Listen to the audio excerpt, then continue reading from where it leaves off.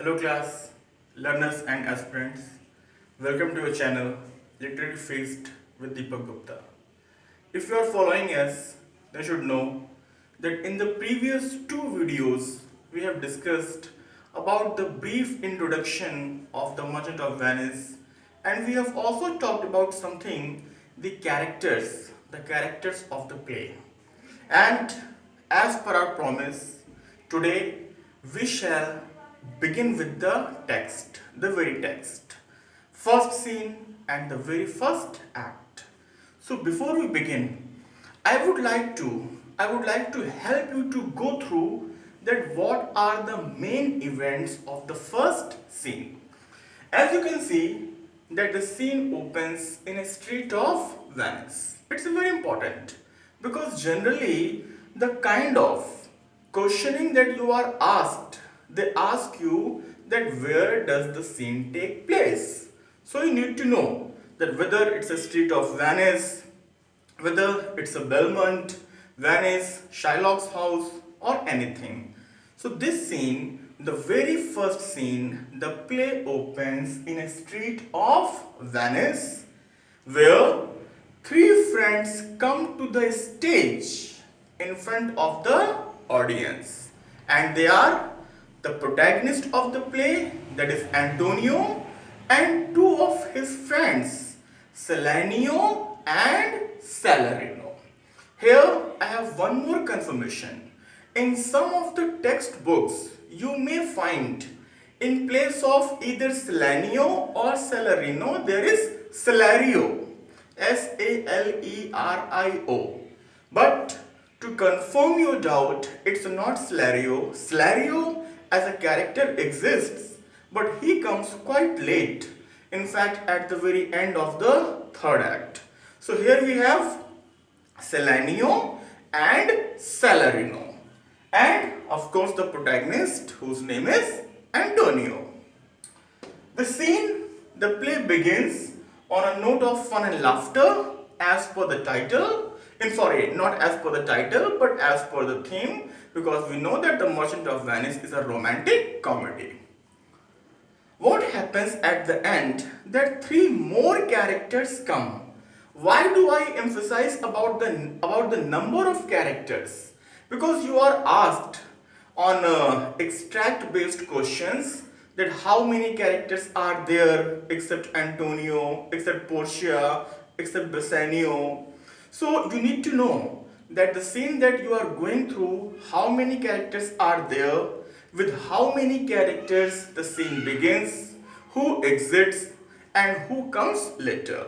So three more friends, three more characters join them later, including the best friend of the protagonist and the hero of the play, whose name is Bassanio. So these are the main events. These are the main highlighting points that I wanted you to go through very quickly.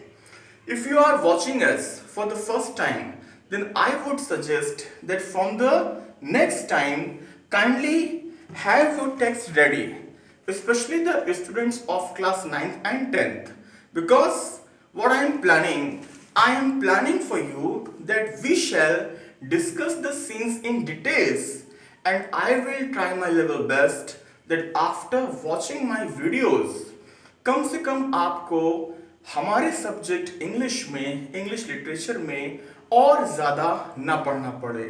So I will try my level best, but उसके लिए आपको थोड़ा cooperate करना पड़ेगा. आपको अपनी text books अपने साथ रखनी होगी, जैसे कि ये मैंने रखी है, the merchant of Venice. One more thing, in some of the textbooks, on one side, especially on the left side, there is a text, T-E-X-T, text. When I say text, then what I mean the text in Shakespearean language. That means the original text. And on the other side, primarily on the right side, there is a paraphrase. So I always suggest my students that you need not require to read the paraphrase, because reading paraphrase it may misguide you. So you always need to read the text, because text is the very form of speeches that you are going to face in your examinations. So don't waste your time reading the paraphrase. I suggest you very strongly you should read the text. Okay, let's begin the text. The first speech is of Antonio, and Antonio says, "In sooth, I know not why I am so sad. It wearies me, you say it wearies you. But how I caught it, found it, or came by it, what stuff 'tis made of, whereof it is born, I am to learn. And such a want with sadness makes of me, that I have much ado to know myself."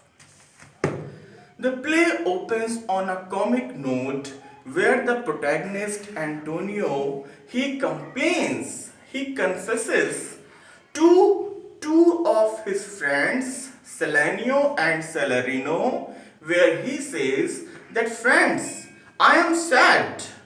But what is humorous about it, that he does not know the very reason of his sadness. He confesses that he is sad, but he does not know the reason of his sadness.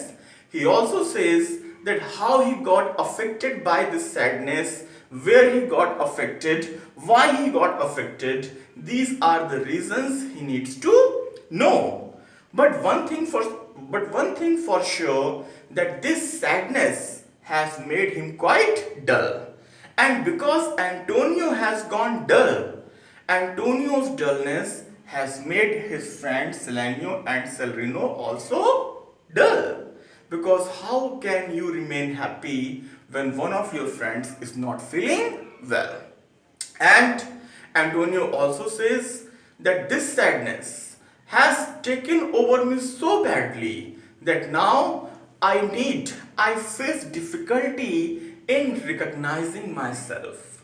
What he means to say, he means to say that because of his sadness, he has lost the very charm, he has lost the very cheerfulness that he had earlier.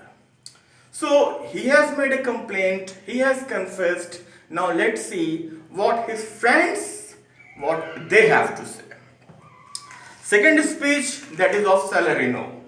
He says, and I read, "Your mind is tossing on the ocean, there where your argosies with portly sail, like Signiers and rich burghers on the flood, or as it were the pageants of the sea, do overpeer the pretty traffickers, that courtesy to them do them reverence, as they fly by them with their woven wings." As we all know, that Antonio, he is the very merchant on whom the whole play revolves. The merchant of Venice, it's Antonio. He is one of the rich merchants of the city. So here Celerino says that, "Antonio, since you have invested such a large sum of wealth into the ships, and your ships, they are moving in the ocean, so your mind is preoccupied with the thoughts that where your ships might be." Because remember, it's not 21st century in which we are living now. It's a 16th century play.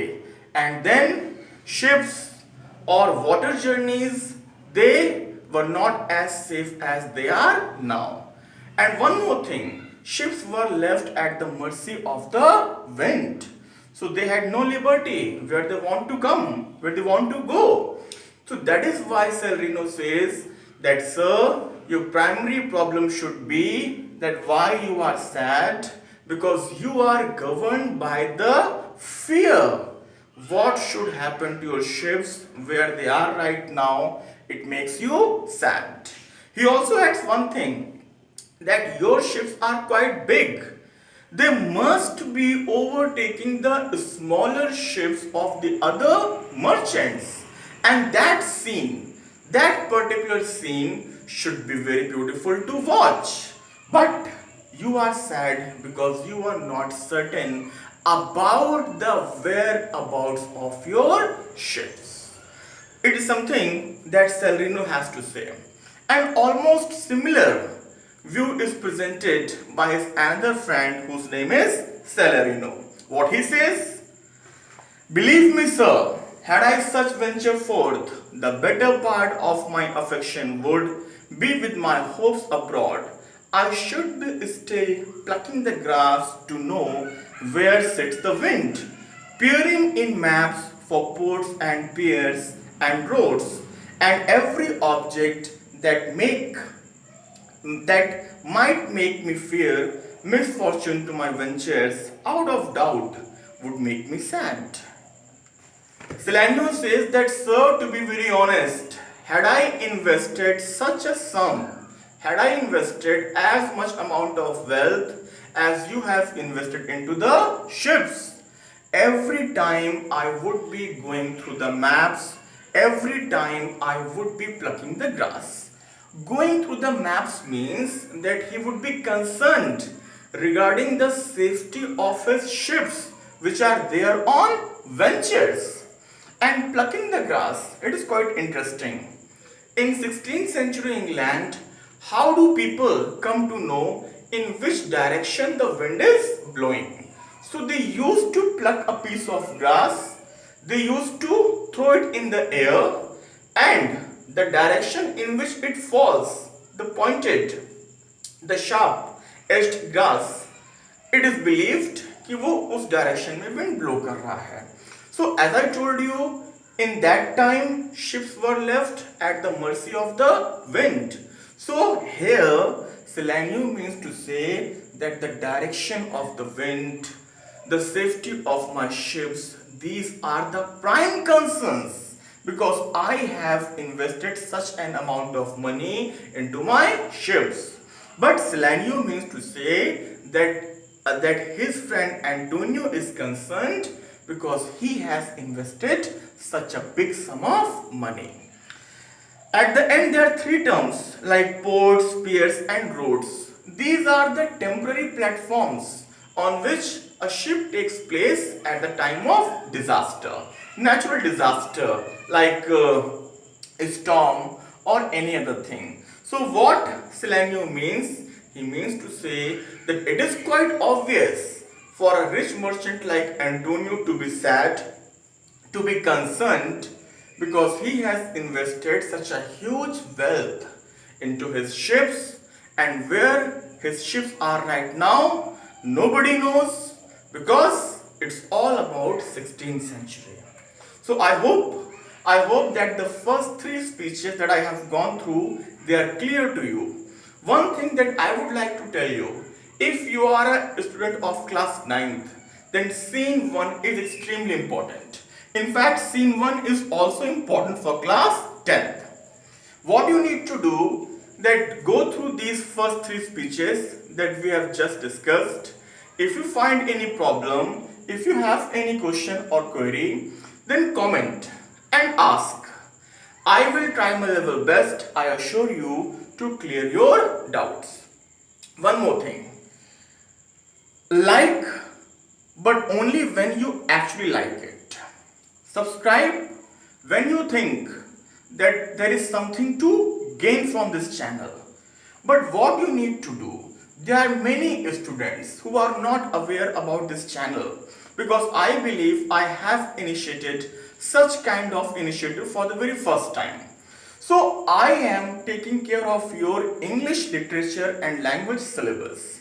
So let this channel, let this video be shared by your friends, by your relatives, by your batchmates, classmates, so that they may also get benefited the way you are being benefited.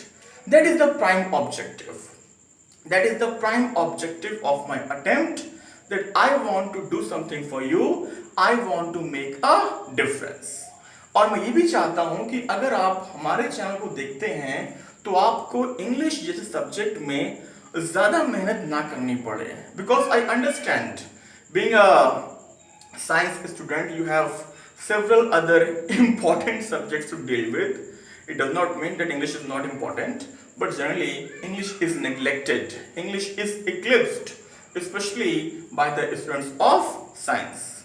So, go through it, and by the time we come up with another video very soon, hopefully within a span of 24 or 48 hours. So get ready, go through the first scene, इसको पढ़ लीजिए, doubts जो हैं, questions जो हैं वो note कर लीजिए, कमेंट कर दीजिए ताकि मैं आपको उनका आंसर कर पाऊँ. One more thing, your feedback is extremely valuable to me, because I will make the arrangements as per your requirements. You are the viewers, you are the best judges. So if you want to suggest something, if you want to give your feedback, please do that. You're most welcome. Thank you very much. That is for today. Wish you good luck.